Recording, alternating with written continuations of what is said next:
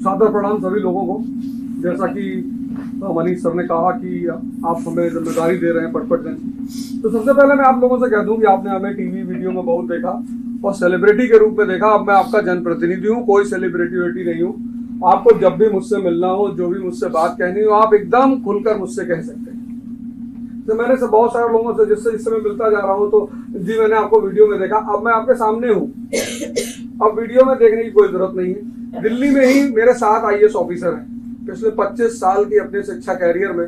मगर अगर सिर्फ IAS ऑफिसरों को देखूं तो मेरे पास हिंदुस्तान में 1300 IAS ऑफिसर हैं, मतलब सिर्फ IAS ऑफिसर। बाकी तो IRS और IPS इनकी तो मैंने कभी अपना वो गिनती ही नहीं की।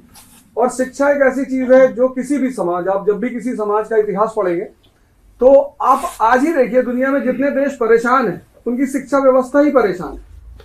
आप कोई ऐसा मुल्क नहीं पाएंगे जहां शिक्षा व्यवस्था अच्छी हो और मुल्क परेशान हो, तो संभावना ही नहीं है।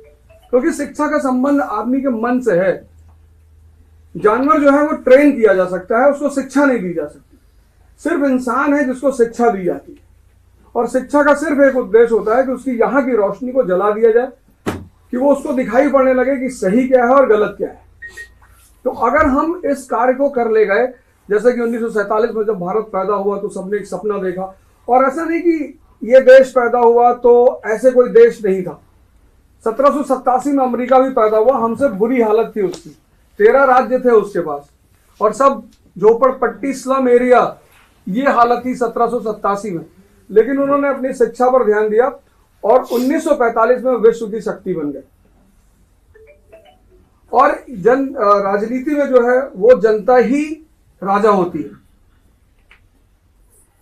मैं तो आपका प्रतिनिधि हूं।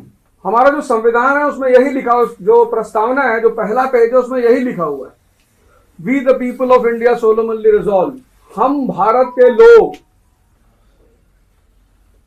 तो ये जो आप बैठे हैं, इस देश के असली राजा आप हैं। सत्ता आपको दी गई है और आपको इस सत्ता के साथ ये अधिकार दिया गया है कि आप जिनको चाहें उसका अपना प्रतिनिधि चुन सकते हैं।